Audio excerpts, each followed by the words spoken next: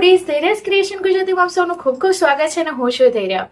Recently Mumbai ખાતે એશિયાઝ biggest creator award યોજવામાં આવ્યો હતો, જ્યાં મારી પસંદગી થયેલી હતી અને અમે ત્યાં ગયા હતા. તો એવું બને નહીં કે ત્યાંની કોઈ રેસિપી હું આપ લોકો સાથે શેર ન કરું. તો આજે હું તમારી સાથે મુંબઈના ફેમસ જળજળિત વડાપાવની રેસિપી શેર કરવા જઈ રહી છું. સાથે શેર કરીશ તેની સાથે સર્વ થતી લાલ સૂકી ચટણી. તો એકદમ સ્ટ્રીટ સ્ટાઇલ તમને ટેસ્ટ મળશે અને શું ટિપ્સ એન્ડ ટ્રીપ છે એ પણ શેર કરીશ, જેથી તમારા વડાપાવ પણ બનશે એકદમ સ્ટ્રીટ સ્ટાઇલ. અને આ રેસિપીથી તમને કોઈ બિઝનેસ ચાલુ કરવો હશે તો પણ તમે કરી શકશો.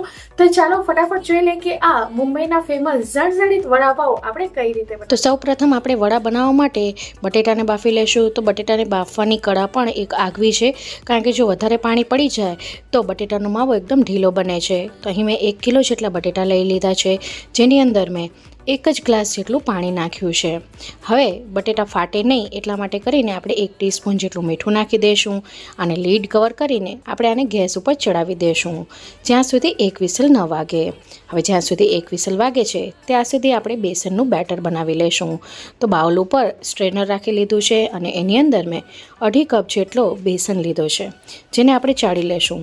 ચાળીને લેવાથી એમાં લમ્સ નથી બનતા, લમ્સ ફ્રી બેટર તૈયાર થાય છે અને એનામાં હવા ભરાય છે, જેના કારણે વડા સરસ તૈયાર થાય છે. હવે લોટ ચાળી લીધા પછી એની અંદર 1 ટીસ્પૂન જેટલી હળદર પાવડર, 1/4 ટીસ્પૂન જેટલી હિંગ અને 1/2 ટીસ્પૂન જેટલું મેં મીઠું વાપર્યું છે. અહીં હું સિંધવ મીઠું વાપરી રહી છું એટલે 1/2 ટીસ્પૂન જેટલું નાખ્યું છે. રેગ્યુલર મીઠું વાપરતા હો તો 1 ટીસ્પૂન જેટલું નાખવું. હવે થોડું કરીને આપણે 1 કપ જેટલું પાણી નાખીને એને મિક્સ કરી લીધું છે. ફરી પાછું મેં થોડુંક પાણી નાખ્યું છે અને ફરી પાછું આપણે મિક્સ કરી લઈશું. તો અહીં તમે જોઈ શકો છો એકદમ લમ્સ ફ્રી બેટર આપણું તૈયાર થયું છે. પણ આ હજી મિશ્રણ ઘાટું છે, તો એમાં પાછળથી હું થોડુંક પાણી નાખીશ. તો અહીં આપણે 2.5 કપ બેસનની સામે 1 કપ પ્લસ 1/4 કપ આપણે પાણી ઉમેરેલું છે, એટલે કે 1/4 કપ જેટલું આપણે પાણી નાખ્યું છે. અહીં હવે તમને બેટર બતાવું તો તમે આવી રીતે ચમચીની મદદથી આવી રીતે બેટરને કોટ કરી અને વચ્ચેથી આંગળી ફેરવો ને તો બંને બેટર વચ્ચે એક લાઇન બને છે અને બંને બેટર છે એ એકબીજામાં ભળતા નથી જ્યારે આવી રીતે ચમચીને આડી અવડી કરો છો. તો આ બેટરની પરફેક્ટ કન્સિસ્ટન્સી છે. હવે 1 વિસલ વાગી ગઈ છે તો ગેસની ફ્લેમને એકદમ સ્લો કરી દઈશું અને 15 થી 20 મિનિટ માટે આપણે બટેટાને બાફી લેશું. કુકર ઠંડુ પડી ગયું છે તો અહીં ચાકુ નાખીને આપણે બટેટાને ચેક કરી લેશું. તો તમે જોઈ શકો છો કે પરફેક્ટ માપ સાથે આપણે પાણી નાખેલું હતું અને આ બટેટાનો માવો બિલકુલ પણ તમારો ઢીલો તૈયાર નહીં થાય. હવે બટેટાને ઠંડા પાડીને આપણે એની છાલ ઉતારી લેશું. હવે અહીં આપણે માવામાં વપરાતી પેસ્ટ બનાવી લેશું. તો જેના માટે મેં 10 કળી જેટલી લસણની કળી લીધી છે, 1 ઇંચ જેટલો આદુનો ટુકડો લીધો છે અને મુંબઈના વડામાં ખાસ કરીને આ રીતના ઝીણા લવિંગિયા મરચાં કે મુંબઈ મરચી હોય છે એ વપરાય છે. તો મેં અત્યારે 8 લીધી છે. જો તમે તીખું ઓછું ખાવાનું પસંદ કરતા હો તો 1 થી 2 લઈ શકો છો. સાથે થોડું મીઠું નાખીને આપણે એની પેસ્ટ બનાવી લેશું. તો આ મરચાંને કારણે જ વડાપાઉં વધારે ટેસ્ટી બને છે. તો બીજા મરચાં વાપરશો તો એટલા ટેસ્ટી નહીં બને. હવે બટેટાને છાલ ઉતારી લીધા પછી આવી રીતે હાથોની મદદથી આપણે એને ફોડી લઈશું. થોડાક ચંક્સ રહેશે તો એ ખાવામાં સરસ લાગે છે. એકદમ માવો ન કરતાં થોડા એના પીસીસ રાખશો તો વડા ટેસ્ટી લાગે છે. હવે આની અંદર આદુ મરચાં અને લસણની પેસ્ટ નાખીને સારી રીતે આપણે મિક્સ કરી લઈશું અને આને આપણે મૂકી દઈશું સાઈડમાં. હવે આપણે અહીં એક પેન લઈ લીધું છે, જેની અંદર આપણે 1/4 કપ જેટલા સિંગદાણા નાખીશું. તો અત્યારે હવે આપણે આ લાલ ચટણી બનાવવા જઈ રહ્યા છીએ. તો શેકાઈ ગયા બાદ તમે જોઈ શકો છો છોતરા ઉતરવા લાગ્યા છે. તો હવે એને એક પ્લેટમાં કાઢી લેશું. હવે અહીં એ જ પેનની અંદર મેં અત્યારે 30 કળી લસણની લીધી છે અને સાથે 10 થી 12 નંગ જેટલા કશ્મીરી સૂકા મરચાં લીધા છે. બંનેને આપણે ડ્રાય રોસ્ટ કરી લેશું જ્યાં સુધી કલર ચેન્જ ન થાય.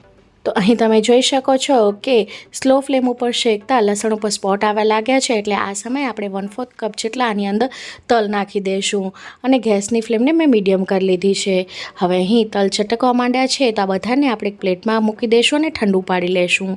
હવે આપણે ગ્રીન ચટણી બનાવી લઈશું, જેના માટે કરીને મિક્સર જારની અંદર મુઠ્ઠી ભરીને કોથમીર લીધી છે ડાળીઓ સાથે 4 તીખી મરચીઓ લીધી છે. હવે આની અંદર આપણે 8 થી 9 નંગ જેટલી લસણની કળી લીધી છે. ત્યારબાદ આની અંદર 1 ટીસ્પૂન જેટલું જીરું નાખીશું, 1 ટીસ્પૂન જેટલું આપણે મીઠું નાખીશું. હું અત્યારે સંચળ પાવડરનો ઉપયોગ કરી રહી છું, તમે રેગ્યુલર મીઠાનો પણ ઉપયોગ કરી શકો છો. સાથે 10થી 12 નંગ જેટલા આપણે ફુદીનાના પાન નાખીશું. તો કોથમીરના ચોથા ભાગના આપણે ફુદીનાના પાન લેવાના છે. જો વધારે નાખશો તે કડવો ટેસ્ટ કરી શકે છે. સાથે અડધા ઇંચ જેટલા આદુના ટુકડા નાખ્યા છે. અને હવે આની અંદર આપણે બરફના ટુકડા નાખીશું, તો જેના કારણે જે ચટણીનો કલર છે એકદમ લીલોછમ રહે છે. સાથે અડધા લીંબુનો રસ નાખીને આપણે એને પીસી લેશું. તો મુંબઈની ચટણીમાં ખાંડનો ઉપયોગ કરવામાં નથી આવતો, પણ જો તમને ગળ્યું પસંદ હોય તો તમે ખાંડ નાખી શકો છો. હવે આપણે આને એક બાઉલમાં કાઢી લીધું છે. હવે બીજા મિક્સર જારની અંદર જે સિંગદાણા શેકીને રાખ્યા તેના ફોતરા કાઢી લીધા છે એ નાખી દઈશું. તલ અને લસણ નાખી દઈશું. અને ત્યારબાદ સૂકા મરચાંના આપણે આવી રીતે ટુકડા કરી લીધા છે એ નાખીને આપણે આને પીસી લેશું. તો આ રીતનો તમને પાવડર તૈયાર મળશે. હવે આની અંદર આપણે બીજા ઇન્ગ્રીડિયન્ટ એડ કરીશું. તો જે બેટર આપણે તૈયાર કરીને રાખ્યું હતું એને એકવાર ફેટી લેશું ને બાજુમાં મેં તેલ ગરમ કરવા માટે મૂકી દીધું હતું. હવે આની અંદર આપણે ચમચીના પાછળના ભાગથી 2 ચપટી જેટલું આપણે સોડા નાખીશું અને એના ઉપર કડકડતું 2 ચમચી જેટલું તેલ નાખીશું. આમ કરવાથી વડા છે આપણા થોડા ક્રિસ્પી બને છે. તો અહીં સારી રીતે આપણે 1 મિનિટ સુધી ફેટી લીધું છે ને અહીં મેં મીઠું પણ ચેક કરી લીધું છે. પ્રોપર મીઠું આપણું પડ્યું છે.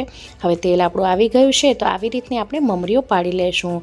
તો આ મમરીનો ઉપયોગ આપણે લાલ સૂકી ચટણીની અંદર કરવાના છીએ, એટલા માટે આપણે આવી રીતે મમરી તૈયાર કરી રહ્યા છીએ. તો મમરીને આપણે અત્યારે મેં 1 બેચ જેટલી મમરી આની અંદર નાખી રહીશું. તો મમરી આપણી તળાઈ ગઈ છે, જેને આપણે એક પ્લેટમાં કાઢી લેશું અને એને ઠંડુ પાડી લેશું. તો જ્યાં સુધી ઠંડુ ન પડે ત્યાં સુધી આપણે એને પીસવાનું નથી, એ વાતનું ખાસ ધ્યાન રાખજો. હવે એ જ મિક્સર જારની અંદર મમરી ઠંડી થઈ ગઈ હતી તો મેં એ નાખી દીધી છે અને સાથે 2 ટેબલસ્પૂન જેટલો કશ્મીરી લાલ મરચાંનો પાવડર નાખ્યો છે. આનાથી ચટણીનો કલર ખૂબ જ સરસ આવે છે. અને આને આપણે પીસી લીધું છે. જે પહેલાં ચટણી પીસીને રાખી હતી એની અંદર આપણે નાખી દઈશું. અને હવે આની અંદર અત્યાર સુધી આપણે મીઠું નહોતું નાખ્યું, તો અત્યારે આપણે સ્વાદ અનુસાર મીઠું નાખી દઈશું. અને બધી વસ્તુઓને સારી રીતે મિક્સ કરી લેશું. હાથોની મદદથી ચોળી લેશું. તો આ આપણી સૂકી લસણની ચટણી તૈયાર છે, જેને તમે ફ્રીજમાં સ્ટોર કરીને પણ રાખી શકો છો અને રૂટીનમાં વાપરી શકો છો. હવે એક પેનની અંદર આપણે 4 થી 5 ટેબલસ્પૂન જેટલું તેલ લીધું છે. તેલ આપણું ગરમ થઈ ગયું છે. તો હવે આની અંદર આપણે 1 ટેબલસ્પૂન જેટલા અડદની દાળ નાખીશું. તો અડદની દાળ નાખવાથી સ્ટફિંગમાં ખૂબ જ સરસ ફ્લેવર આવે છે. અને 1 ટીસ્પૂન જેટલી આપણે રાઈ નાખી છે અને ½ ટીસ્પૂન જેટલી આપણે હિંગ નાખી છે. તો અડદની દાળ નાખવાથી વડાનો ટેસ્ટ એકદમ સ્ટ્રીટ સ્ટાઇલ આવે છે. એકદમ બજાર જેવા જ આપણા તૈયાર થાય છે. અને થોડાક લીમડાના પાન નાખી દીધા છે. અડદની દાળનો કલર બદલાય એટલે આપણે 1 ટીસ્પૂન જેટલી હળદર પાવડર નાખીને સારી રીતે મિક્સ કરી લઈશું. બટેટાનો માવો બનાવતી વખતે ક્યારે પણ બટેટાને આપણે આવી રીતે ગેસ ઉપર ગરમ નથી કરવાનો, જેના કારણે માવો છે ઢીલો પડે છે. સાથે આપણે સ્વાદ અનુસાર મીઠું નાખી દીધું હતું, જેથી મીઠાની કચાશ દૂર થઈ જાય. વઘાર તૈયાર હતો તેને આપણે તૈયાર કરેલા માવા ઉપર રેડી દેશું. તો આમ કરીને વડાનો માવો બનાવવાથી માવો છે ઢીલો નથી લાગતો, સરસ ખાતી વખતે પણ કઠણ લાગે છે. હવે ઉપરથી 1 મુઠ્ઠી ભરીને ઝીણું સમારેલી કોથમીર નાખી દીધી છે અને 1 લીંબુનો રસ નાખી દીધો છે. પહેલાં આપણે ચમચીથી મિક્સ કરીશું, જેથી તેલ આપણું ગરમ છે એટલે હાથ દાજી ન જાય.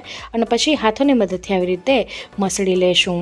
અને બટેટા વડા છે એ મોટા મોટા હોય છે, તો આપણે અહીં આ રીતના મોટી સાઇઝના વડા તૈયાર કરી લેશું. તો અહીં બધા વડા તૈયાર છે, જે લગભગ 18 થી 19 નંગ જેટલા આપણા તૈયાર થાય છે. હવે તેલ આપણું ગરમ છે, તો હવે આપણે વડાને પાડી લેશું. તો સૌથી પહેલાં વડા સાથે સર્વ થતાં આપણે મરચાં તળી લેશું. તો અહીં મેં તીખા મરચાં જ લીધા છે. અહીં તમે મોડા મરચાં ખાતા હો તો એનો પણ ઉપયોગ કરી શકો છો. તો આવી રીતે ઝારામાં લઈને મરચાંને તળી લીધા છે ને ગરમ ગરમ મરચાં ઉપર આપણે મીઠું ભભરાવી લેશું. તો આ તળેલા મરચાં આપણા તૈયાર છે. હવે તેલમાં જ્યારે મરચાં તળવામાં આવે છે તો તેલમાં એની સોડમ રહે છે, જેના કારણે વડા પણ ટેસ્ટી લાગે છે. બેટરમાં આપણે આવી રીતે વડાને ડીપ કરી લેશું અને ચમચીની મદદથી ઉપરથી વડાને સારી રીતે કોટ કરી વધારાનું બેટર આવી રીતે મૂકીને જ્યારે તેલમાં નાખશું તો દાજવાની પણ બીક નથી રહેતી અને વધારાની મમરી પણ નથી પડતી. એકદમ પરફેક્ટ આપણા વડા તૈયાર થાય છે. તો એક બેચમાં તમારે 4 થી 5 વડા નાખીને એને આવી રીતના ગોલ્ડન બ્રાઉન રંગના થાય ત્યાં સુધી સ્લો ફ્લેમ ઉપર આપણે તળી લેવાના છે.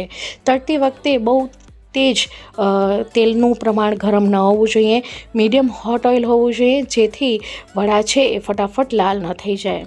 તો અહીં આપણા પરફેક્ટ વડા તૈયાર થઈ ગયા છે તળાઈને. હવે અહીં મેં પાઉં લઈ લીધા છે, જેનામાં આવી રીતે આપણે કાપો પાડી લઈશું. તૈયાર કરેલી ગ્રીન ચટણી નાખી દઈશું. કલર તમે જોઈ શકો છો કેટલો સરસ લીલોછમ આવ્યો છે. તો અહીં તમને જે રીતની તીખાશ પસંદ હોય એ પ્રમાણે ચટણીનું પ્રમાણ નાખવાનું. સાથે આપણે સૂકી ચટણી તૈયાર કરી છે એ નાખી દઈશું. ઘણી જગ્યાએ વડાપાઉંની અંદર મીઠી ચટણીનો પણ ઉપયોગ કરવામાં આવે છે.